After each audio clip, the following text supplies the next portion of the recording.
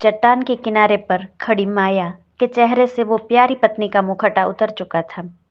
उसकी आंखों में अब प्यार नहीं, बल्कि एक ठंडी और जानलेवा चमक थी। तुम्हें क्या लगा अर्जुन? तुम एक मामूली लेखक हो और हम प्रोफेशनल? माया ने हंसते हुए कहा। तुम्हारी पूरी जिंदगी एक स्क्रिप्ट थी जिसे मैं लिख रही थी।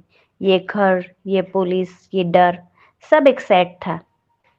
अर्जुन ने उस माइक्रोचिप यानी कि पित्तल का बटन जो था उसको अपने दांतों के बीच दबाया। उसका शरीर ठंड से नीला पड़ रहा था, लेकिन उसका दिमाग अब पूरी तरह साफ था। अगर मैं मर गया तो तुम्हें ये कभी नहीं मिलेगा, अर्जुन ने गरजते हुए कहा। तुम नहीं मरोगे अर्जुन। इंस्पेक्टर हुडा ने अपनी बंदूक की बट से अर्जुन के सिर पर वार किया। अर्जुन बर्फ पर गिर गया।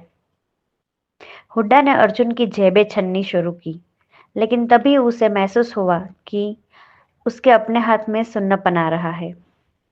उसने माया की तरफ देखा। माया चुपचाप उसे देख रही थी। माया, मुझे चक्कर आ रहे हैं।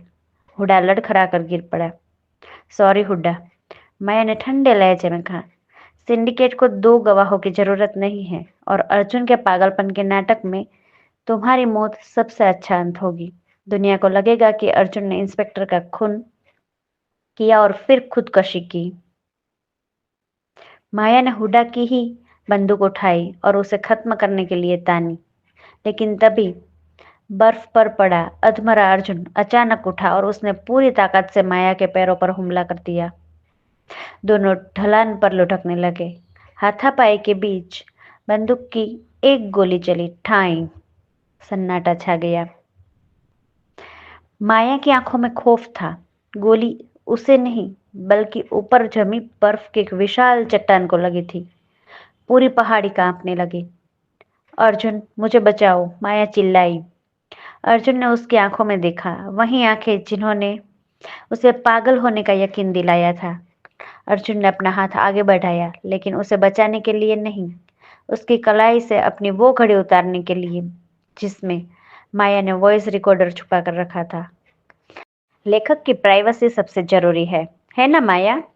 अर्जुन ने उसकी पुरानी बात दोहराई और पीछे हट गया। एक भयानक शोर के साथ बर्फ का पहाड़ नीचे आया और माया और हुड्डा को हमेशा के लिए सफेद कफन में दफन कर गया। कुछ हफ्तों के बाद एक शानदार ऑफिस में एक आदमी बैठा है। उसके सामने वही पुरानी डायरी है। वह माइक्रोचिप लैपटॉप में लगी है। स्क्रीन पर हजारों करोड़ों के घोटाले की फाइलें खुल रही हैं। तभी दरवाजे पर दस्तक होती है।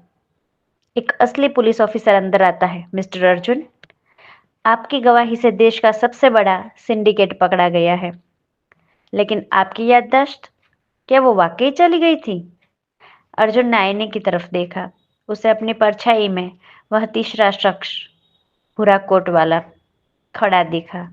उसने एक रहस्यमयी मुस्कान दी।